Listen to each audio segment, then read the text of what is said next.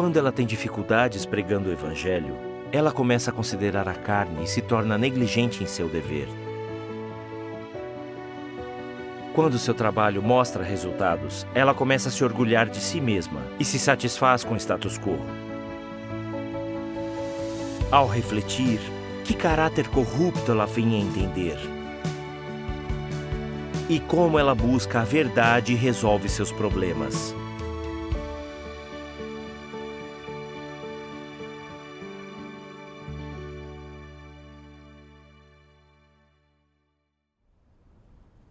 Em 2020, eu aceitei a nova obra de Deus.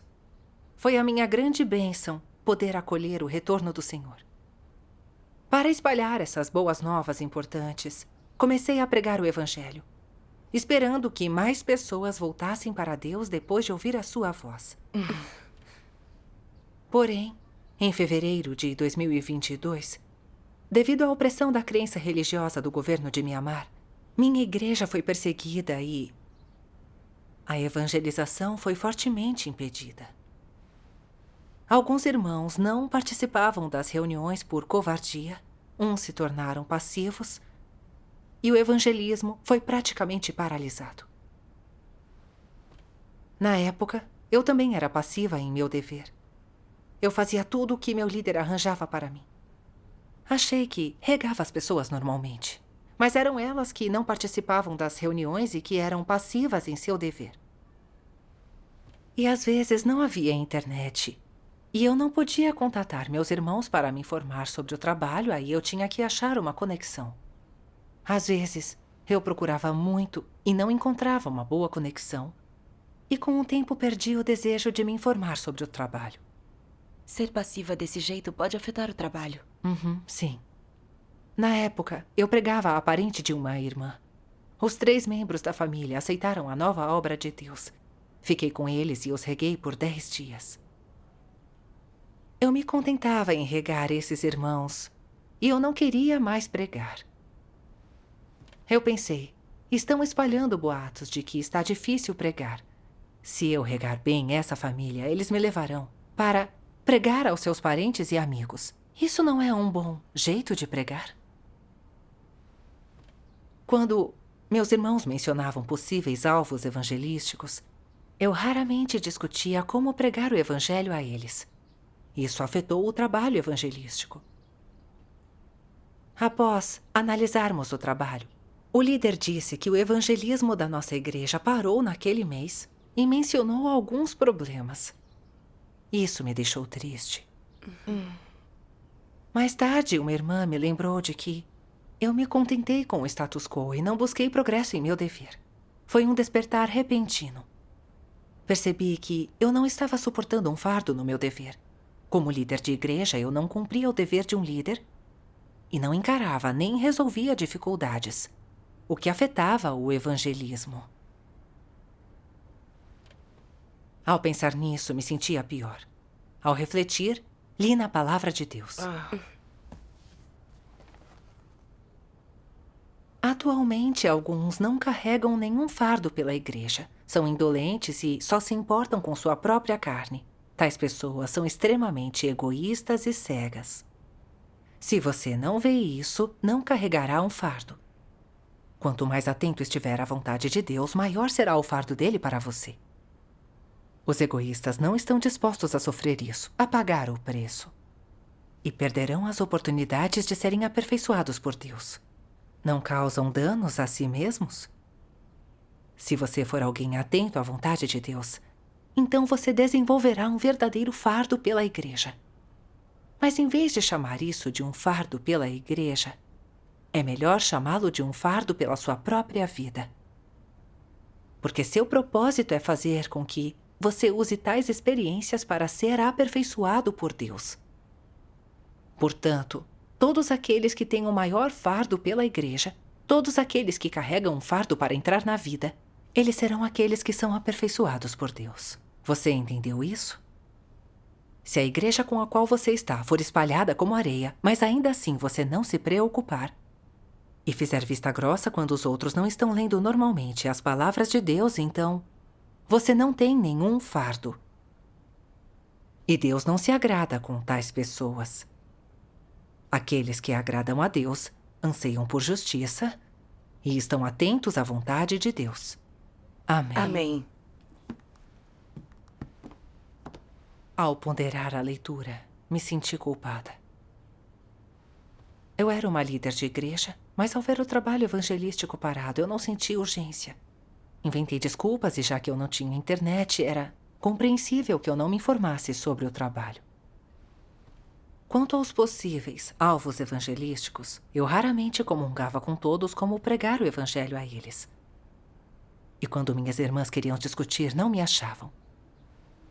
Confrontados com a perseguição da igreja, meus irmãos estavam fracos, incapazes de cumprir seus deveres, mas eu não busquei a verdade. Finalmente percebi que a paralisação do trabalho evangelístico estava relacionada a mim. As palavras de Deus dizem: atualmente, alguns não carregam um fardo pela igreja. Eles são indolentes e só se importam com a própria carne. Tais pessoas são extremamente egoístas e cegas. Amém. Percebi que eu era a pessoa egoísta descrita na palavra de Deus. Eu não suportava um fardo no trabalho da igreja. Me satisfazia com o status quo. Só me importava com meu conforto, me recusava a sofrer. Quando vi que o evangelismo sofria, não senti urgência e me tornei fraca e passiva. Eu era egoísta. Pensei nas outras igrejas, que também eram perseguidas pelo governo. Mas os irmãos continuavam pregando o evangelho e construindo igrejas, enquanto o nosso trabalho evangelístico tinha parado. Tudo isso era porque eu era egoísta, não assumia um fardo nem responsabilidade. Me sentia em dívida com Deus. Quando eu costumava suportar um fardo se alguém investigasse o caminho verdadeiro, eu logo arranjava alguém para pregar o evangelho. E quando os irmãos tinham problemas, eu comungava a verdade para resolvê-los.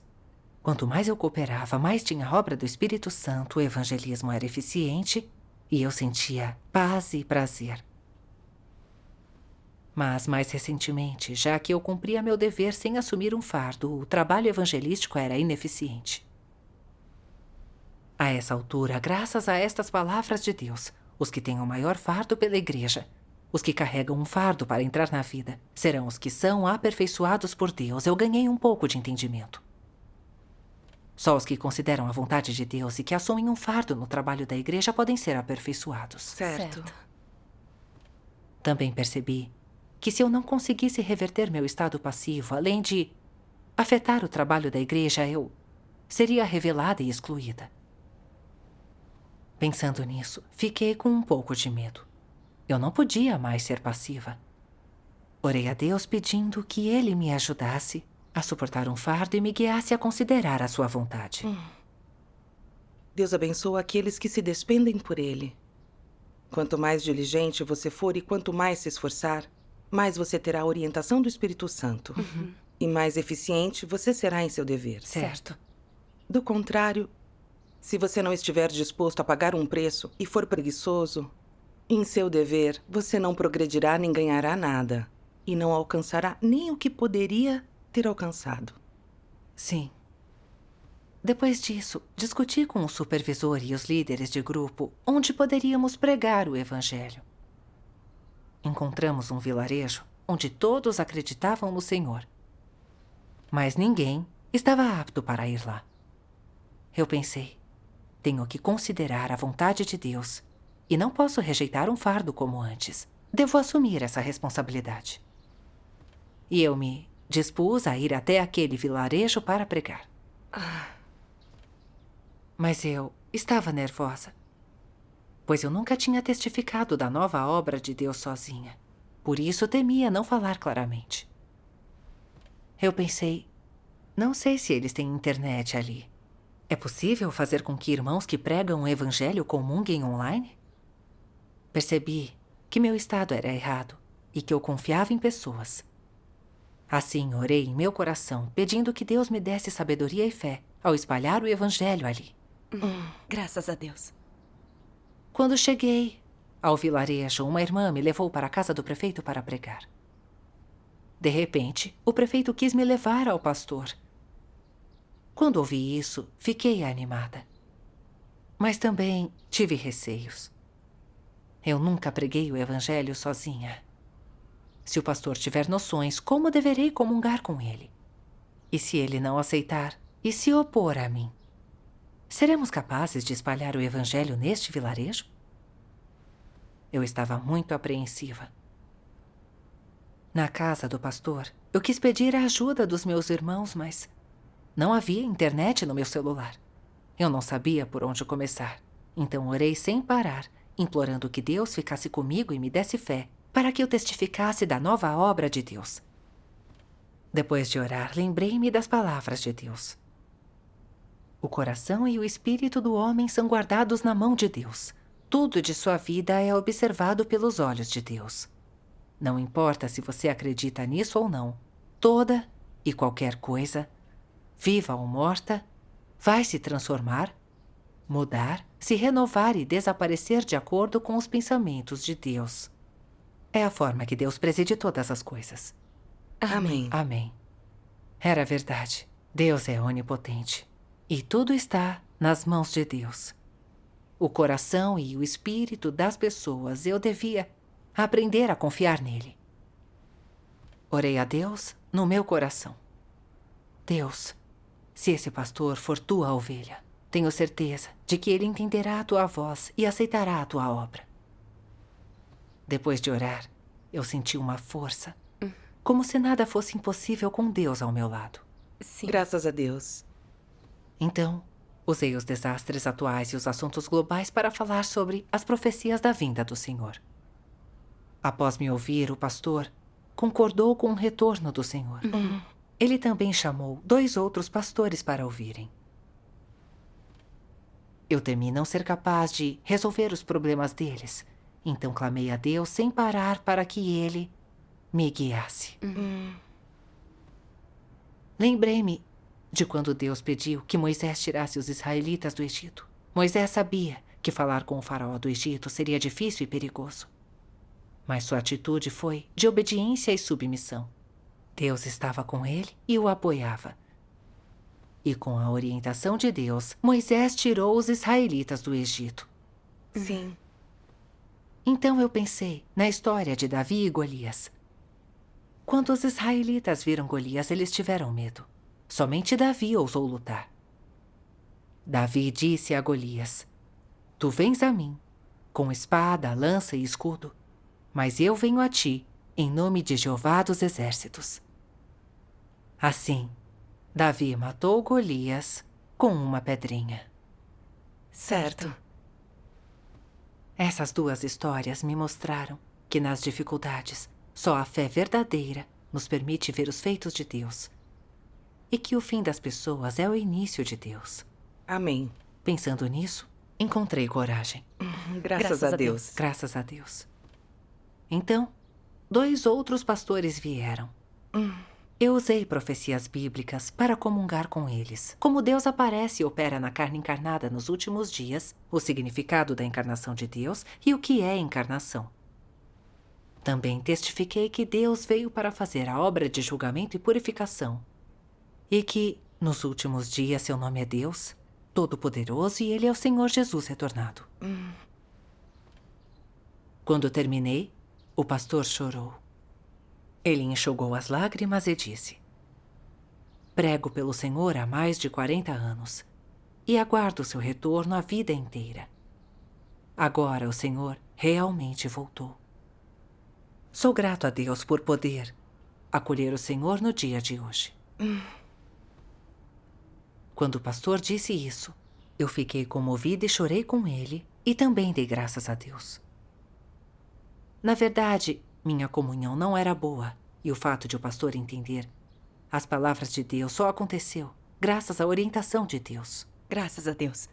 Se você confiar em Deus, você verá sua liderança e orientação. Sim. O pastor aceitou e disse que levaria o vilarejo inteiro para ouvir o meu sermão naquela noite. Fiquei tão animada que agradeci a Deus sem parar.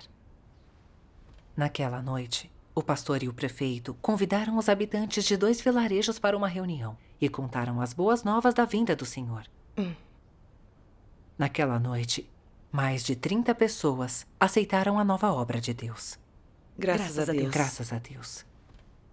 Algumas pessoas disseram: há 4 anos o governo baniu nossa crença no Senhor. Vivemos em dor e sentimos falta das reuniões.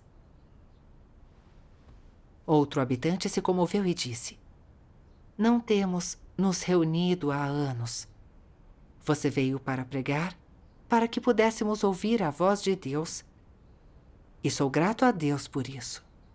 Graças a Deus. Graças a Deus. Em uma noite, o evangelho foi pregado ao vilarejo inteiro. Graças a Deus. Nunca esperava que na primeira vez que pregasse, o pastor o aceitaria, junto com tantos outros. Foi simplesmente incrível. Sim. Eu sabia que isso era o resultado da obra do Espírito Santo. Mas eu ainda me achava capaz e que cumpria bem o meu dever. Num piscar de olhos, comecei a sentir orgulho e a me satisfazer com o status quo. Só quis regar esses recém-convertidos com a irmã responsável pela rega, e eu não queria mais ir pregar. Naquele tempo, eu mal me informava sobre o trabalho da igreja e orava menos a Deus. Quando se contenta com o status quo, vive de sucessos passados e não se esforça para satisfazer as exigências de Deus, o que significa que você está indo ladeira abaixo. Sim. Se contentar com o status quo em seu dever é muito perigoso. Como foi que você reverteu as coisas? Um dia, eu estava carregando meu celular e houve um curto-circuito. Coloquei meu chip em outro celular, mas esse celular também quebrou. A essa altura, percebi que eu estava sem saída e que isso podia ser a disciplina de Deus. Então comecei a refletir sobre meus problemas. Li na palavra de Deus. Em geral, todos vocês existem dentro de um estado de preguiça. Desmotivados, relutantes a qualquer sacrifício. Ou esperam passivamente e alguns até mesmo reclamam. Não entendem os objetivos e o significado da obra de Deus. E é difícil para eles buscar a verdade. Tais pessoas detestam a verdade e, no final, elas serão eliminadas. Nenhuma delas pode ser aperfeiçoada e nenhuma delas pode sobreviver. Sem um pouco de determinação para resistir às forças de Satanás, não há esperança para as pessoas. Não seja um seguidor passivo de Deus e não busque o que te faz curioso. Por não ser nem frio nem quente, você arruinará a si próprio e atrasará sua vida. Deve livrar-se dessa passividade e inatividade e tornar-se adepto de buscar coisas positivas e superar suas próprias fraquezas para poder ganhar a verdade e também vivê-la. Não há nada de temível em suas fraquezas, e suas falhas não são seu maior problema. Seu maior problema é não ser nem quente nem frio, e sua falta de desejo de buscar a verdade. O maior problema de todos vocês é uma mentalidade de ser feliz com as coisas como elas estão esperando passivamente. Esse é seu maior obstáculo, inimigo da sua busca da verdade. Amém. Amém. A palavra de Deus explica isso bem. Nossas deficiências não são assustadoras. A pior coisa é uma atitude indiferente em relação ao nosso dever. Esse é o maior obstáculo na nossa busca da verdade. Sim. Isso é verdade. Depois da leitura, refleti sobre mim. Quando vi que o evangelho foi espalhado para todo o vilarejo, achei que Deus estava satisfeito com o meu desempenho. Então fiquei orgulhosa e satisfeita com o status quo e não quis continuar espalhando o evangelho. Obtidos uns resultados, não busquei mais progresso. Meu desejo de me contentar com o status quo foi forte. Certo. No passado, eu atrasava o evangelismo por me contentar com o status quo e agora fazia o mesmo de novo. Deus exige que coloquemos o nosso coração e mente no nosso dever. Como Deus estaria satisfeito com o meu desempenho? Foi aí que percebi que, se eu não estava progredindo no meu dever, eu estava regredindo E em termos de entrada na vida e de resultados na pregação, eu seria deixada para trás. Eu me contentava com o status quo, não buscava a verdade, e estava me alienando de Deus, e eu só poderia me prejudicar desse jeito. Contentar-me com as coisas, como estavam, era meu maior obstáculo ao buscar a verdade e cumprir meu dever. Eu só prejudicaria a mim mesma. Sim. Como dizem as palavras de Deus, por não ser nem frio nem quente, você arruinará a si próprio. Amém. E Apocalipse diz, assim porque és morno e não és quente, nem frio, vomitar-te-ei da minha boca. Eu era água morna na palavra de Deus e estava contente com o status quo. Se eu continuasse assim, não haveria esperança para mim e eu seria excluída. Sim. Eu me lembrei do que o Senhor Jesus disse. Pois ao que tem, dar-se-lhe-á e terá em abundância. Mas ao que não tem, até aquilo que tem lhe será tirado. Deus detesta quando agimos superficialmente e somos irresponsáveis em nosso dever. Sim. Pensando nisso, fiquei com um pouco de medo.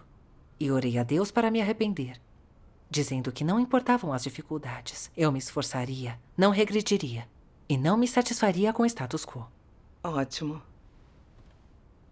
Mas, quando comecei a ser proativa na minha pregação, deparei-me com outra dificuldade. E qual foi? Fomos denunciados. O governo do município sabia que pessoas vinham para pregar. Se fôssemos encontrados, seríamos presos, junto com o prefeito e os habitantes. O prefeito e os habitantes temiam ser implicados, por isso pediram que partíssemos e voltássemos depois. Eu pensei, o que acontecerá com esses irmãos se partirmos? Acabaram de aceitar o evangelho e não têm fundamento. Mas se nós duas ficarmos, poderemos chamar a atenção. Então, decidimos que a irmã regadora partiria, enquanto eu permaneceria no vilarejo. Embora soubesse que esse arranjo era o mais apropriado, eu fiquei um pouco triste. Me senti como se estivesse totalmente sozinha num lugar estranho. O pastor ainda tinha muitas noções e não tinha certeza sobre o caminho verdadeiro. E temia ser preso, por isso também quis que eu partisse. Fiquei muito aflita. O pastor e o prefeito estavam me expulsando e era como se eu não tivesse um lar. Assim, eu não tinha motivação para orar e sentia saudades de casa. Quando comunguei com o pastor, vi que ele ainda tinha muitas noções. Achei que o pastor não tinha um bom entendimento. Ao ver que poucos irmãos vinham às reuniões por medo de serem presos, não assumi um fardo para apoiá-los. Naquele momento pensei, é bom que esses poucos vieram. Eu os chamei, mas o resto não veio. Não há nada a fazer. Cada vez menos recém-convertidos vinham às reuniões e eu estava atolada em dificuldades. Mais tarde, falei pelo celular com uma irmã sobre o meu estado e ela me enviou a palavra de Deus. Deus Todo-Poderoso diz: é assim que as pessoas são quando não ganharam a verdade. Todas elas vivem segundo a paixão. Uma paixão que é incrivelmente difícil de manter. Elas têm de ter alguém que lhes pregue e que comungue com elas todos os dias. Quando não há ninguém que as regue e proveja para elas, e ninguém que as apoie, seu coração volta a esfriar. Elas voltam a relaxar. E quando o seu coração relaxa, elas se tornam menos eficazes no seu dever. Se trabalham mais, a eficácia aumenta. O desempenho do seu dever se torna mais produtivo e elas ganham mais. É essa a experiência de vocês? As pessoas devem ter uma vontade. Somente aquelas que têm uma vontade podem verdadeiramente buscar a verdade. E só depois de terem entendido a verdade, elas podem cumprir devidamente o seu dever e satisfazer a Deus e trazer vergonha para Satanás. Se você tiver esse tipo de sinceridade e não planejar para o seu próprio bem, mas apenas para ganhar a verdade e cumprir corretamente o seu dever, o desempenho do seu dever se tornará normal e permanecerá sempre constante. Quaisquer que sejam as circunstâncias que encontre, você será capaz de persistir no desempenho do seu dever. Não importa quem ou o que possa vir para enganar ou perturbar você. Não importa se o seu humor for bom ou ruim, você ainda será capaz de cumprir o seu dever normalmente. Dessa forma, Deus não precisa se preocupar com você, e o Espírito Santo poderá iluminá-lo no entendimento dos princípios da verdade e guiá-lo na entrada na realidade da verdade. E, como resultado, o desempenho do seu dever certamente estará à altura dos padrões. Você deve ter fé que tudo está nas mãos de Deus e que os humanos estão apenas cooperando com Ele. Se o seu coração for sincero, Deus verá e abrirá todas as sendas para você, tornando as dificuldades não mais difíceis. Essa é a fé que você deve ter.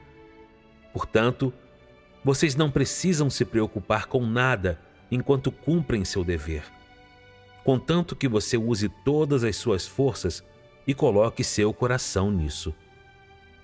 Deus não tornará as coisas difíceis para você, nem o forçará a fazer o que você não é capaz de fazer. Amém. Ao aplicar a palavra de Deus, vi que estava cumprindo meu dever apenas por entusiasmo e que eu não era leal a Deus. Quando a perseguição do governo nos alcançou, o prefeito pediu que eu fosse embora e os irmãos não iam às reuniões porque temiam ser presos. Diante disso tudo, não tive uma atitude positiva, não busquei a orientação de Deus, nem me esforcei para regar os irmãos e estabelecer um fundamento na fé. Tornei-me passiva e me contentei com poucos recém-convertidos. Porque eu cumpria meu dever sem assumir um fardo nem buscar progresso, a frequência deles nas reuniões se tornava irregular. Dizem as palavras de Deus: quando o seu coração relaxa, se torna menos eficaz no seu dever. Se trabalha mais, a eficácia aumenta, o desempenho do seu dever se torna mais produtivo e você ganha mais. Amém. Isso é verdade. Quando eu assumia um fardo e estava disposta a pagar um preço, eu podia ver a orientação de Deus e minha pregação do Evangelho era eficaz. Mas quando eu tinha dificuldades, eu não assumia um fardo no meu dever, era irresponsável, fraca e passiva, e me tornava ineficiente.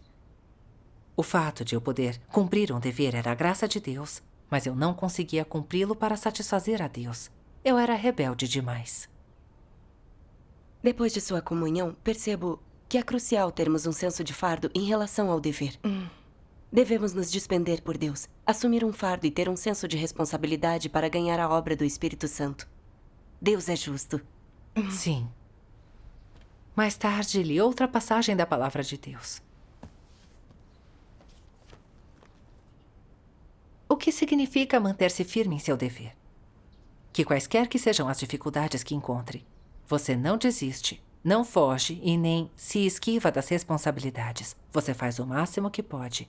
Isso é manter-se firme em seu dever. Por exemplo, é arranjado que você faça algo. Ninguém o vigia nem supervisiona. Como seria manter-se fiel em seu dever? Aceitar o escrutínio de Deus e viver diante dele. Aceitar o escrutínio de Deus é o primeiro passo. É uma parte disso. A outra parte é fazer isso com todo o seu coração e mente. O que deve fazer para agir com todo o seu coração e mente? Você deve aceitar a verdade e colocá-la em prática. Você deve aceitar e obedecer a tudo que Deus exige.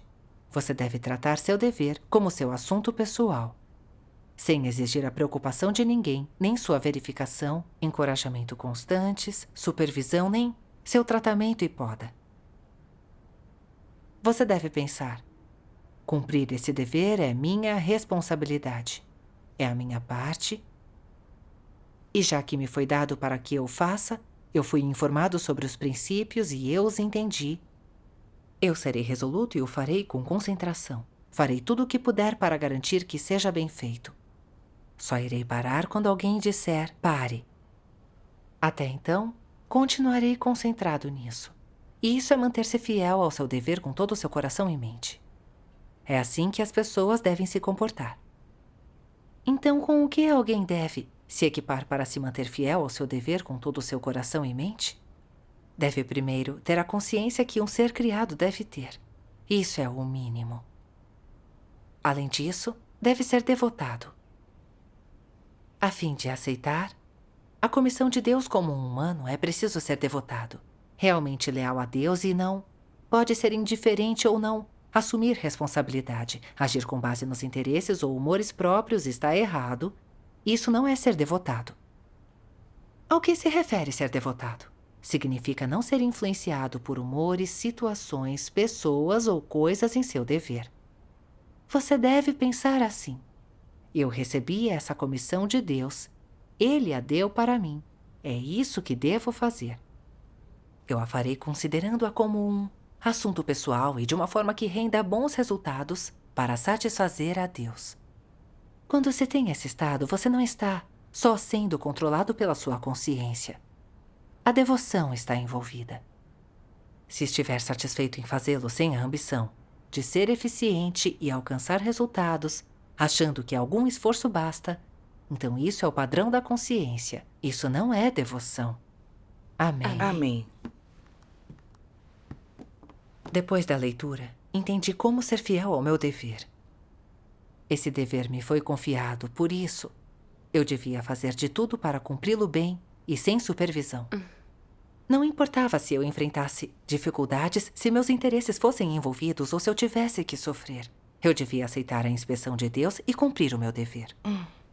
Enquanto o evangelismo continuasse, eu devia fazer tudo o que eu podia e tratar meu dever como minha missão e eu não podia desistir nem fazer coisas com base em meu humor. Então eu seria fiel ao meu dever. Amém. Em seguida, fui comungar com os irmãos que não estavam frequentando as reuniões. Eu disse: se vocês não podem vir às reuniões à noite, quando tem tempo durante o dia, posso vir comungar com vocês. Isso comoveu uns irmãos e se dispuseram a vir. Graças a Deus. Uma noite organizei uma reunião com o pastor e os aldeões. Eu disse: agora a obra de Deus está prestes a se concluir. Não devemos ter medo de nos reunir para ler as palavras de Deus por causa da perseguição do governo. Ou então, perderemos a salvação de Deus. Agora os desastres estão aumentando, e só Deus Todo-Poderoso pode nos salvar. Devemos acreditar que Deus governa sobre tudo, ter fé em Deus, e não recuar pela perseguição que enfrentamos. Eu preguei o evangelho em seu vilarejo, e se me encontrarem, eu serei presa. Eu só sou uma mulher jovem, tenho medo de ser presa. Por que então não vou embora? Porque é a minha responsabilidade. Acabaram de aceitar o evangelho do reino de Deus e finalmente ouviram a voz de Deus. Agora veio essa perseguição e pediram que eu fosse embora, mas se eu partisse para me proteger e abandonasse vocês, seria abandono do meu dever. Depois da minha fala honesta, o pastor disse aos moradores: devemos protegê-la a partir de agora. Não contem a ninguém que ela está pregando o evangelho neste vilarejo. Se alguém perguntar, vocês não sabem.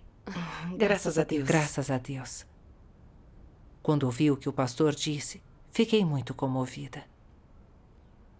Embora ainda tivesse muitas noções religiosas, ele estava disposto a buscar. Então comunguei algo que visava suas noções. E os irmãos enviaram palavras de Deus Todo-Poderoso ao pastor. O pastor ouviu com atenção e algumas de suas noções foram resolvidas. Mais tarde, o pastor participou ativamente das reuniões e disse aos aldeões: quero que todos vocês venham às reuniões. Devemos aceitar a obra de Deus dos últimos dias, acompanhá-la e não ficar para trás. Deus Todo-Poderoso é o Senhor Jesus retornado. Graças a Deus. Graças a Deus. Depois disso, vi que tudo estava realmente nas mãos de Deus. Antes, eu só dizia que tudo estava nas mãos de Deus Mas agora, realmente experimentei que tudo está nas mãos de Deus. Contanto que as pessoas cooperem com Deus, Ele as guiará.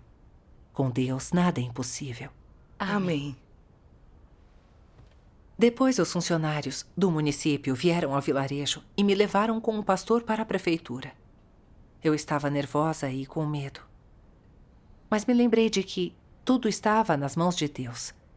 E já que Deus permitiu que esse ambiente me acometesse, eu devia obedecer.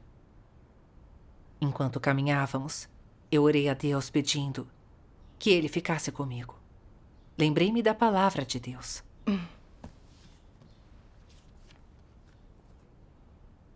Independentemente de quão poderoso Satanás seja, de quão audacioso e ambicioso seja, independentemente de quão grande seja sua capacidade de causar danos, de quão amplas sejam as suas táticas para corromper e seduzir o homem, de quão inteligentes sejam seus truques e esquemas para ameaçar o homem, independentemente de quão mutável seja a forma em que existe, ele nunca foi capaz de criar uma única coisa vivente, nunca foi capaz de estabelecer leis ou regras para a existência das coisas.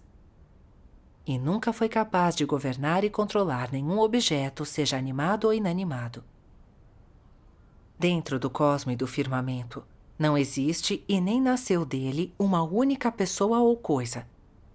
Nenhuma coisa, nem objeto é governado, ou sequer é controlado por ele. Pelo contrário, ele não só tem de viver sob o domínio de Deus, como deve obedecer a todas as ordens e comandos de Deus. Sem a permissão de Deus, Satanás não pode tocar, nem mesmo uma gota d'água ou grão de areia. Sem a permissão de Deus, Satanás não pode sequer mover as formigas, quanto mais a humanidade que foi criada por Deus. Amém. Amém. Graças a Deus. Essa passagem é poderosa. Não importa como Satanás haja, ele não escapa da soberania de Deus. E ele é só um peão, uma ferramenta na mão de Deus. Certo. Quando pensei nas palavras de Deus, eu perdi o medo. E acreditei que tudo estava nas mãos de Deus. Sim. Na prefeitura, o pastor e eu fomos trancados numa sala. Naquela hora, a enxaqueca do pastor voltou. Ele estava sem forças, suas mãos tremiam. Ele estava sofrendo e temia morrer ali. Eu comunguei com ele dizendo: este ambiente é um teste para nós, para ver se realmente seguimos a Deus. Tudo está nas mãos de Deus, e Satanás não fará nada sem a permissão de Deus.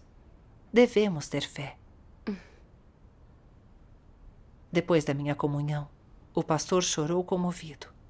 Ele disse: graças a Deus, tudo está nas mãos de Deus, e Deus está conosco, eu não temo a morte. Graças a Deus. Então ele me disse: se nos interrogarem, direi que você é minha filha e está aqui para me ajudar no meu trabalho. E assim, o pastor e eu tivemos a confiança para experimentar aquilo. Graças a Deus. No fim, o governador nos deu uma multa de 300 yuans e nos liberou. Graças a Deus. Graças a Deus. Depois de passar por essa prisão, eu vi a soberania onipotente de Deus e que o coração e o espírito das pessoas estão nas mãos de Deus.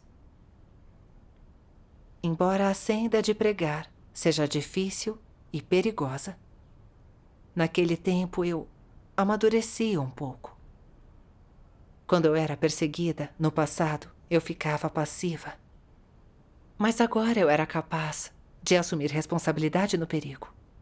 Essa mudança e esse ganho precioso eu não teria recebido de outra forma. Sim. Graças a Deus. Graças a Deus.